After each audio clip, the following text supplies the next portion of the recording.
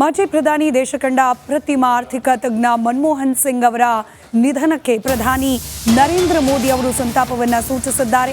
ನುಡಿ ನಮನವನ್ನು ಸಲ್ಲಿಸಿದ್ದಾರೆ. ಪ್ರಧಾನಿ ನರೇಂದ್ರ ಮೋದಿ ದೇಶವನ್ನು ಆರ್ಥಿಕವಾಗಿ ಸಂಕಷ್ಟದಿಂದ ಇದ್ದ ದೇಶವನ್ನು ಆರ್ಥಿಕ ಸಂಕಷ್ಟದಿಂದ ಪಾರು ಮಾಡಿದ್ರು ಮನಮೋಹನ್ ಸಿಂಗ್. ಅಂದಿನ ಅವರ ಕ್ರಮ ಇಂದು ದೇಶವನ್ನ ಮುನ್ನಡೆಸುತ್ತಿದೆ. ದೇಶದ ಆರ್ಥಿಕತೆಗೆ ಅವರ ಕೊಡುಗೆ ಅಪಾರ ಅಂತ ಮೋದಿ ಮನಮೋಹನ್ ಸಿಂಗ್ರನ್ನ ಸ್ಮರಿಸುತ್ತಿದ್ದಾರೆ. वो व्हील चेयर पर बैठकर आते थे, अपना संसदीय दायित्व निभाते थे, दुनिया के प्रतिष्ठित संस्थानों की शिक्षा लेने और सरकार के अनेक शीर्ष पदों पर रहने के बाद भी वो अपनी सामान्य पृष्ठभूमि के मूल्यों को कभी भी नहीं भूले. दलगत राजनीति से ऊपर उठकर उन्होंने हमेशा हर दल के व्यक्ति से संपर्क रखा, सबके लिए सहज उपलब्ध रहे. जब मैं मुख्यमंत्री था तब डॉक्टर मनमोहन सिंह जी के साथ राष्ट्रीय और अंतर्राष्ट्रीय अनेक विषयों पर उनसे खुले मन से चर्चाएं होती थी. यहां दिल्ली आने के बाद भी मेरी उनसे समय समय पर बात होती थी, मुलाकात होती थी. मुझे उनसे हुई मुलाकातें, देश को लेकर हुई चर्चाएं हमेशा याद रहेगी. अभी जब उनका जन्मदिन था तब भी मैंने उनसे बात की थी. आज इस कठिन घड़ी में मैं उनके परिवार के प्रति अपनी संवेदनाएं व्यक्त करता हूं.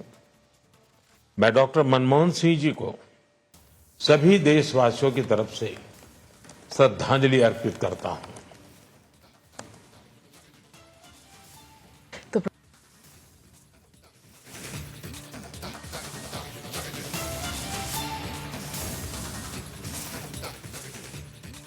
ಪಕ್ಷಾತೀತವಾಗಿ ರಾಜಕಾರಣಿಗಳು ಇವತ್ತು ಡಾಕ್ಟರ್ ಮನಮೋಹನ್ ಸಿಂಗ್ ಅವರ ನಿಧನಕ್ಕೆ ಸಂತಾಪವನ್ನು ಸೂಚಿಸ್ತಾ ಇದ್ದಾರೆ. ಅದರಲ್ಲೂ ಪ್ರಮುಖವಾಗಿ ತಮ್ಮ ಆಡಳಿತದ ಅವಧಿಯಲ್ಲಿ ಡಾಕ್ಟರ್ ಮನಮೋಹನ್ ಸಿಂಗ್ ಅವರು ತಂದಂತಹ ಒಂದಷ್ಟು ಆರ್ಥಿಕ ನೀತಿಗಳು ದೇಶದ ಆರ್ಥಿಕ ಅಭಿವೃದ್ಧಿಗೆ ಹಾಗೆ ಆರ್ಥಿಕ ಪಥ ಬದಲಾವಣೆಗೆ ಸಾಕಷ್ಟು ಮಹತ್ವವಾದ ಪಾತ್ರವನ್ನು ನಿರ್ವಹಿಸಿದ್ವು.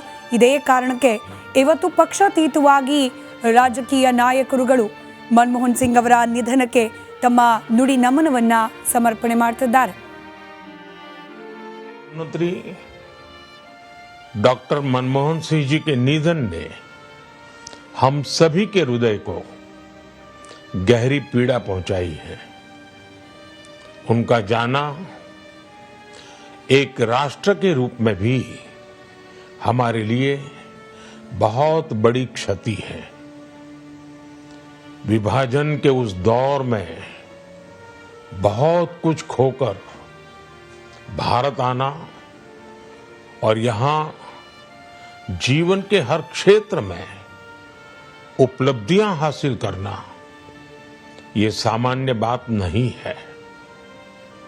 अभावों और संघर्षों से ऊपर उठकर कैसे ऊंचाइयों को हासिल किया जा सकता है, उनका जीवन ये सीख भावी पीढ़ी को देता रहेगा.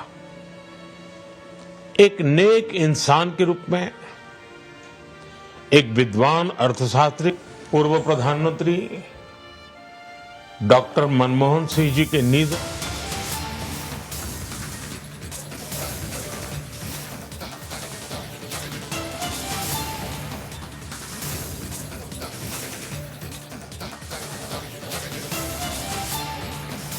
ಡಾಕ್ಟರ್ ಮನಮೋಹನ್ ಸಿಂಗ್ ಅವರು ಎಲ್ಲರಿಗೂ ಮಾದರಿಯಾಗಿದ್ದವರು. ಮನಮೋಹನ್ ಸಿಂಗ್ ಅವರ ನಿಷ್ಠೆ ಕೂಡ ಎಲ್ಲರಿಗೂ ಪ್ರೇರಣೆಯಾದಂಥದ್ದು. ವೀಲ್ ಚೇರ್ನಲ್ಲಿ ರಾಜ್ಯಸಭೆ ಕಲಾಪದ ಸಂದರ್ಭದಲ್ಲಿ ಅವರು ಬಂದದ್ದು ಈ ಕ್ಷಣಕ್ಕೂ ಕೂಡ ಕಣ್ಣು ಮುಂದೆ ಕಟ್ಟಿದಂತಿದೆ ಅಂತ ಹೇಳಿ ಎಲ್ಲರನ್ನೂ ಒಂದೇ ರೀತಿಯಲ್ಲಿ ಪಕ್ಷಾತೀತವಾಗಿ ಎಲ್ಲರನ್ನೂ ಒಂದೇ ರೀತಿಯಲ್ಲಿ ಕಾಣ್ತಾ ಇದ್ರು ಮನಮೋಹನ್ ಸಿಂಗ್ ಅವರು ಅಂತ ಹೇಳಿ ಪ್ರಧಾನಿ ನರೇಂದ್ರ ಮೋದಿ ಅವರು ಮನಮೋಹನ್ ಸಿಂಗ್ ಅವರ ಜೊತೆಗಿನ ಒಡನಾಟವನ್ನು ಹಾಗೆ ಅವರ ಜೊತೆಯಲ್ಲಿ ಕಳೆದ ಸಂಸತ್ ಕಲಾಪದ ಸಂದರ್ಭವನ್ನು स्मरता इद्दारे. हासिल किया जा सकता है, उनका जीवन ये सीख भावी पीढ़ी को देता रहेगा। एक नेक ಡಾಕ್ಟರ್ ಮನಮೋಹನ್ ಸಿಂಗ್ ಅವರ ಕೊಡುಗೆ, ಅದರಲ್ಲೂ ಆರ್ಥಿಕವಾಗಿ ಅವರು ತಂದಂತಹ ಕೆಲ ನೀತಿಗಳು ದೇಶಕ್ಕೆ ಎಂದೆಂದಿಗೂ ಕೂಡ ಮಾದರಿಯಾದಂಥದ್ದು. ಹಾಗೆ ದೇಶದ ಆರ್ಥಿಕ ಸುಸ್ಥಿತಿಯ ಅಡಿಪಾಯಗಳಾಗಿದ್ದ ಅನೇಕ ಬದಲಾವಣೆಗಳನ್ನು ಮನಮೋಹನ್ ಸಿಂಗ್ ಅವರ ಕಾಲಾವಧಿಯಲ್ಲಿ ಕಾಣಲಿಕ್ಕೆ ಅವಕಾಶಗಳು ಸಿಕ್ತು. ಹೀಗಾಗಿ ಇವತ್ತು ಪಕ್ಷಾತೀತವಾಗಿ ನಾಯಕರುಗಳು ಮನಮೋಹನ್ ಸಿಂಗ್ ಅವರ ಕೊಡುಗೆ ಬಗ್ಗೆ ಸ್ಮರಿಸ್ತಾ ಇದ್ದಾರೆ. ಇದರ ವಿಶ್ಲೇಷಣೆಯನ್ನ ಬೆಳಗಿನಿಂದಲೂ ಪ್ರೊಫೆಸರ್ ಚಂಬಿ ಪುರಾಣಿಕ್ ಅವರು ಮಾಡ್ತಾ ಇದ್ರು. ನೀವು ಕೂಡ ರಿಪಬ್ಲಿಕ್ ಕನ್ನಡದ ವೀಕ್ಷಕರು ಅದನ್ನು ಗಮನಿಸ್ತಾ ಇದ್ರಿ. ಮತ್ತೊಮ್ಮೆ ನೇರ ಸಂಪರ್ಕದಲ್ಲಿದ್ದಾರೆ ಚಂಬಿ ಪುರಾಣಿಕ್ ಅವರು.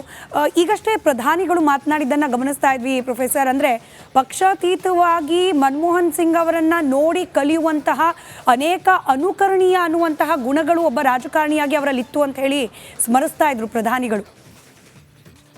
ನಿಜ, ಪ್ರಧಾನಮಂತ್ರಿಗಳು ಹೇಳಿದಂತಹ ಪ್ರತಿಯೊಂದು ವಾಕ್ಯವೂ ಸಹ ಅವರ ಡಾಕ್ಟರ್ ಮನಮೋಹನ್ ಸಿಂಗ್ ಅವರಲ್ಲಿರ್ತಕ್ಕಂಥ ಒಂದು ಈ ನಾಯಕತ್ವ ಮತ್ತು ಆ ಶ್ರೇಷ್ಠ ಮುತ್ಸದ್ದಿತನವನ್ನು ಸಮರ್ಥಿಸುವ ರೀತಿಯಲ್ಲಿ ಅವರು ದೇಶದ ಜನರ ಪರವಾಗಿ ಶ್ರದ್ಧಾಂಜಲಿಯನ್ನು ಅರ್ಪಿಸಿದ್ದಾರೆ. ಅದನ್ನು ನಾವೆಲ್ಲರೂ ಬಹಳ ಅತ್ಯಂತ ಕೃತಜ್ಞತೆಯಿಂದ ಶ್ರೀ ಡಾಕ್ಟರ್ ಮನಮೋಹನ್ ಸಿಂಗ್ ಅವರನ್ನು ನೆನೆಸಿಕೊಳ್ಳತಕ್ಕಂಥ ಇವತ್ತಿನ ದಿನ. ಅವರು ನಮ್ಮನ್ನು ದೈಹಿಕವಾಗಿ ಅಗಲಿದ್ದರೂ ಸಹ ಅವರು ಮಾಡಿರ್ತಕ್ಕಂಥ ಸುಧಾರಣೆಗಳು ಬಹಳ ಕಾಲ ಈ ದೇಶದ ಪ್ರಗತಿಗೆ ಮತ್ತು ಆರ್ಥಿಕ ಶಿಸ್ತಿಗೆ ಮತ್ತು ಆರ್ಥಿಕ ಅಭಿವೃದ್ಧಿಗೆ, ಒಂದು ಸಾಮಾಜಿಕ ಆರ್ಥಿಕ ಅಭಿವೃದ್ಧಿಯ ಕಲ್ಯಾಣ ಪರವಾದ ಬಡವರ ಪರವಾದ ಕಾರ್ಯಕ್ರಮಗಳಿಗೆ ಒಂದು ರೀತಿಯಲ್ಲಿ ಒಂದು ಮಾರ್ಗಸೂಚಿ ಅಂತಕ್ಕಂಥದ್ದನ್ನು ಯಾರೂ ಅಲ್ಲಗಳೆಯಲಾರರು. ಅದನ್ನು ಪ್ರಧಾನಮಂತ್ರಿ ಇರ್ತಕ್ಕಂಥದ್ದನ್ನು ನಾವೆಲ್ಲರೂ ಅತ್ಯಂತ ಪ್ರೀತಿಯಿಂದ ಮತ್ತು ಗೌರವದಿಂದ ಡಾಕ್ಟರ್ ಮನಮೋಹನ್ ಸಿಂಗ್ ನೆನೆಸ್ಕೊಳ್ಳಿ. ಇನ್ನೊಂದು ಅಂಶ ಲಕ್ಷ್ಮೀ ನನ್ನ ಗಮನದಲ್ಲಿ ಅಂತಂದರೆ, ಆಗಿನ ಒಂದು ಅವರು ಅಧಿಕಾರಕ್ಕೆ ಬರುವ ಮುನ್ನ ಇದ್ದಂಥ ವಿದೇಶಾಂಗ ವಿನಿಮಯ ಏನಿದೆಯಲ್ಲ, ಫಾರಿನ್ ಎಕ್ಸ್ಚೇಂಜ್, ಅಲ್ಲಿದ್ದಂಥ ಒಂದು ದೊಡ್ಡ ಕೊರತೆಯನ್ನು ಹೋಗಲಾಡಿಸಲು ಅನೇಕ ವಿದೇಶಿ ಭಾರತೀಯರಿಗೆ ಮತ್ತು ವಿದೇಶಿ ಬಂಡವಾಳ ಹೂಡುವವರಿಗೆ ಒಂದು ರೀತಿಯಲ್ಲಿ ಇನ್ಸೆಂಟಿವ್, ಉದಾರವಾದ ನೀತಿಯನ್ನು ಅನುಸರಿಸಿಕೊಂಡು ಈ ಲೈಸೆನ್ಸ್ ಮತ್ತು ಪರ್ಮಿಟ್ ರಾಜ್ ಎಂಬತಕ್ಕಂಥ ಒಂದು ಅಧಿಕಾರಶಾಹಿಯ ಹಿಡಿತದಿಂದ ಅದನ್ನು ಒಂದು ಉದಾರೀಕರಣಗೊಳಿಸಿ ಆ ಒಂದು ಫಾರಿನ್ ಎಕ್ಸ್ಚೇಂಜ್ ಒಂದು ರಿಸರ್ವ್ ನಮ್ಮಲ್ಲಿ ಜಾಸ್ತಿ ಆಗುವಂತೆ ಮಾಡಿದರು.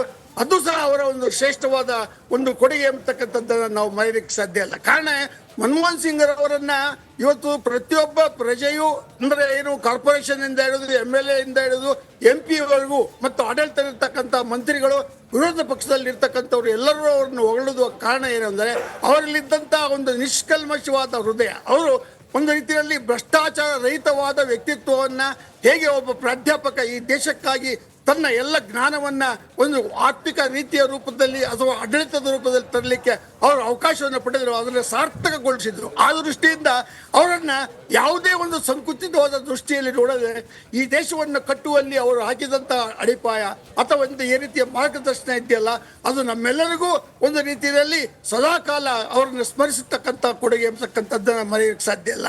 ಹೀಗೆ ಅನೇಕ ಅಂಶಗಳನ್ನು ಕುರಿತು ನಾವು ಹೇಳ್ತಾ ಹೋದರೆ ಅದಕ್ಕೆ ಪಟ್ಟಿಯ ಸಾಲದು. ಅಂದರೆ ಅಷ್ಟು ಸುದೀರ್ಘವಾದ ಅನುಭವ, 10 ವರ್ಷಗಳಲ್ಲಿ ಅವರು ಮಾಡಿರ್ತಕ್ಕಂಥ ಸಾಧನೆಗಳನ್ನು ಇವತ್ತು ಭಾರತದ ಎಲ್ಲೆಡೆಯೂ ನಾವು ಮುಂದುವರಿಸಿಕೊಂಡು ಹೋಗ್ತಕ್ಕಂಥದ್ದನ್ನು ಪ್ರಧಾನಮಂತ್ರಿಗಳ ಒಂದು ಏನು ನಮನವನ್ನು ಅಥವಾ ಶ್ರದ್ಧಾಂಜಲಿಯನ್ನು ಕೊಟ್ಟಿದ್ದಾರೆ. ಅದರಲ್ಲಿ ನೋಡಿ ಒಂದು ಕಂಟಿನ್ಯೂಟಿ ಇದೆ, ಅಂದರೆ ಅಲ್ಲಿ ಯಾವುದೇ ರೀತಿಯ ಒಂದು ಡಿಸ್ಕನೆಕ್ಷನ್ ಇಲ್ಲ. ಆ ಒಂದು ಕಂಟಿನ್ಯೂಟಿಯನ್ನು ಮತ್ತೆ ಶ್ರೇಷ್ಠ ಸಂಪ್ರದಾಯವನ್ನು ಮತ್ತು ಗುಡ್ ಗವರ್ನೆನ್ಸ್, ಆಮೇಲೆ ಭ್ರಷ್ಟಾಚಾರ ರಹಿತವಾದ ಪ್ರಾಮಾಣಿಕವಾದ ಏನು ಪ್ರಧಾನಮಂತ್ರಿ ಮೋದಿಯವರು ಇವತ್ತು ತೋರಿಸಿದ್ದಾರೆ, ಅದಕ್ಕೆ ಸಮನಾದ ರೀತಿಯಲ್ಲಿ ಡಾಕ್ಟರ್ ಮನಮೋಹನ್ ಸಿಂಗ್ ಇದ್ದಾರೆ. ಹಗರಣಗಳು ಇರ್ಬೋದು, ಕಾಂಗ್ರೆಸ್ ಪಕ್ಷ ಆಡಳಿತದಂಥ ಪಕ್ಷದಲ್ಲಿರ್ತಕ್ಕಂಥ ದೋಷಗಳಿರ್ಬೋದು, ಅವುಗಳೆಲ್ಲರಿಂದ ದೂರ ಇದ್ದಂಥ ಒಬ್ಬ